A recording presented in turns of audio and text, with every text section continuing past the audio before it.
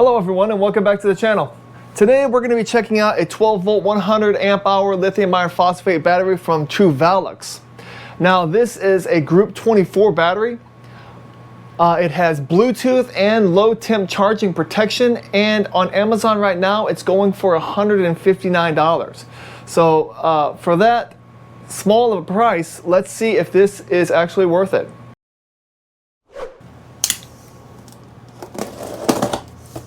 Alright, when you first open this, you're going to see your post bolts on top. You have short ones for a single connection and very long ones for multiple connections to this battery. On the side we have our user's manual and an information guide. And then we have the battery. Alright, like I said, this is a group 24 battery, so that does mean that it is 10.24 inches in length, it is 8.23 inches tall, and it's 6.61 inches in depth. And this battery weighs in at 21.7 pounds. Alright, with any other battery that you get, what you should do first after you unpackage it is test the voltage on the terminals to make sure that it is operational. So let's go ahead and do that now. And in order to do that, you'll need a multimeter. What you'll do is you'll select it to the voltage setting. And if there is a voltage DC setting and a voltage AC setting, you'll want to set it on the DC setting. But if not, go ahead and select the DC setting from hitting select. So that way it's on DC. And then you just want to connect your positive probe to the positive terminal and the negative probe to the negative terminal. Alright, and our voltage is 13.29, which is right at where you want your battery to be when you receive it. And if you accidentally put the negative on the positive post and switch them around, it doesn't do any harm. It will just show a negative value in your voltage. That just means that the polarity is crossed. So now that we know this battery is good to go, so the next thing I'm going to do is I'm going to go ahead and charge it up to 100% using a lithium iron phosphate charger. And then I will do a capacity test to make sure that this battery gets the amount of amp hours that we paid for. Alright, well the capacity test is done for the Truvalux 12 volt 100 amp hour lithium iron phosphate battery, so let's check it out.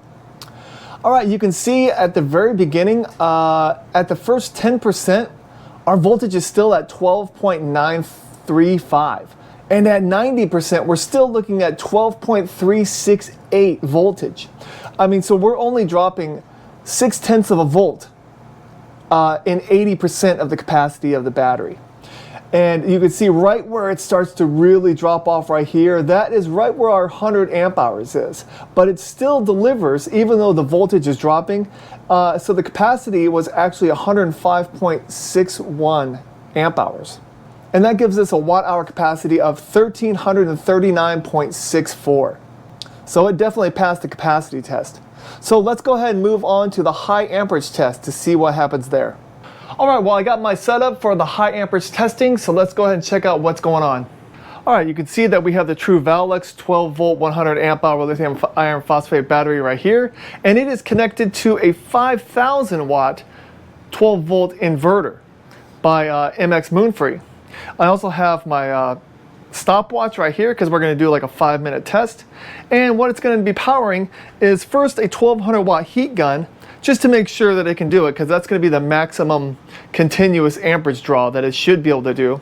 And then we're going to start stepping it up by first putting on a 500 watt heater.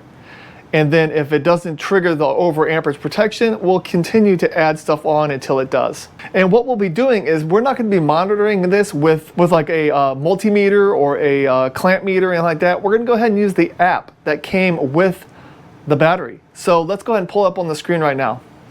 Alright, a quick overview of the app. Once you get the app installed, it's easy. You can just go into the manual and scan the QR code and it takes you right to the Play Store or the App Store depending on what kind of phone you have. After you install it, you just need to enable the permissions for location, and then you will select the battery from the list in the Bluetooth selection. And then it will find it, connect to it, and this is the screen that you'll see. You can see at the very top it does say charging and discharging, and those are toggle switches, so you can turn them on and off from the app, which is a very nice feature. Below that it does have the state of charge. Right now it's at 100% because it's fully charged. And it does show a little 0 through 100 scale below that to kind of give you more of a visual. It also shows 6 displays at the bottom. It shows voltage, charging, and power. Also capacity, cycles, and standby. At the very bottom, you can see that there is the Bluetooth selection. There is your dashboard. If you click on cells, you can actually see the individual cell voltages in the battery, which is always a nice little feature. You can also see your max and your minimum cell voltages. And below that, you can see the temperature of the MOSFETs. There's also an about section, and all that is you can change your language. You can actually look at the history while the app is on, and you can look at battery events. And it's also, there's an advanced setting, but of course you have to put an input password in to change those, and I don't know that. And then there is also the battery rename, which I quickly changed to Truvalux 12 volt 100 amp hour, because it usually just gives you some sort of random name. So it's easy to pick it out in a list. Okay, so let's go ahead and start this test. We're gonna go ahead and set this heat gun up, and we're gonna let it run for 5 minutes just to make sure the battery has no issues.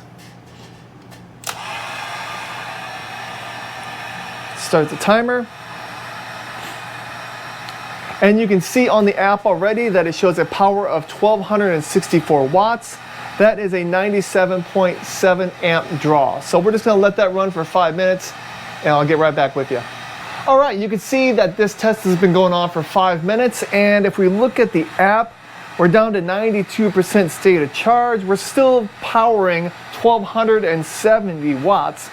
If we look at the cells, we can see that the difference is 6/1000ths of a volt, and our temperature is 22.5 degrees Celsius or 72.5 degrees Fahrenheit. So everything looks to be just fine. So let's go ahead and add another 500 watts and see what happens. Because in the documentation, it does say it can power 130 amps for 5 seconds. So that should be pretty close to what we're trying to do here. So let's go ahead and do it. All right, heater's on. Switch it back to the dashboard. Our power, we are now discharging 140. Oh, look at that. Unbelievable. It worked exactly the way it should. That is perfect. You can see at the top, it says discharging is now turned off. And I don't know if it's exactly 3 seconds, but boy, this is 3 to 5 seconds. And so you're getting exactly what you want. High amperage discharge protection is definitely available on this battery. And look at that. And now it just turns back on. It probably took about 30 seconds. And we're discharging again at 148 amps. And again, it turns off after 3 to 5 seconds. And yes, about 30 seconds after the initial turn off from the high amperage test, it does reset and turn back on. So that is perfect. So the next thing we're going to do is throw this battery into a cooler, which is set at about 28 degrees Fahrenheit. Once it gets below 32 degrees Fahrenheit, we're going to go ahead and pull it out and try to charge it to see if it has cold temperature charging protection.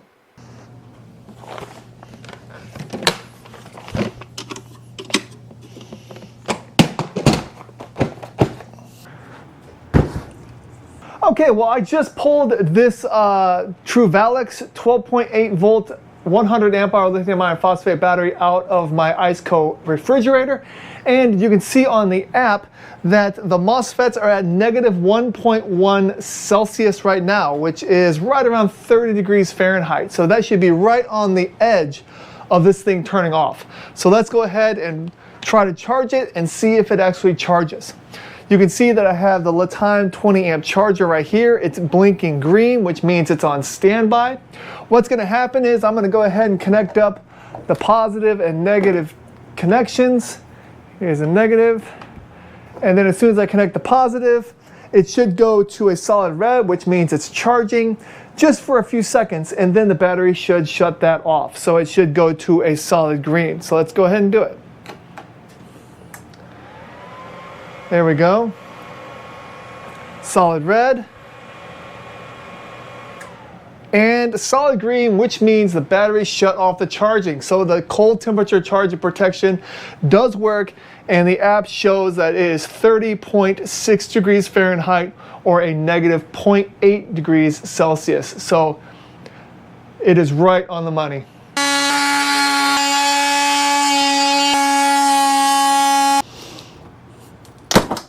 right, now here's what you'll find inside your Truvalux 12 volt 100 amp hour battery. It looks like we have a couple of 8 gauge wires for the negative, which go from the BMS and also to the BMS from the cells.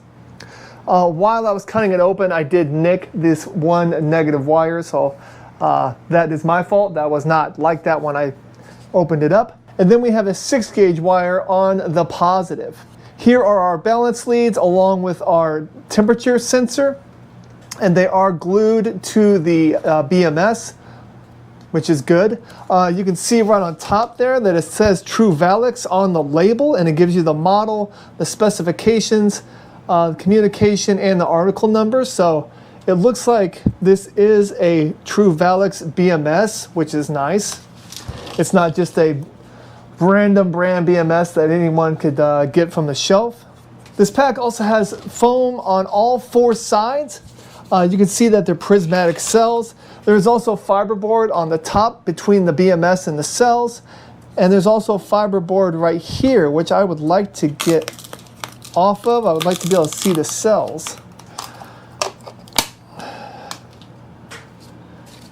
Okay, this piece of fiberboard was covering up the cells, which is showing all now the balance leads, which are also nicely glued.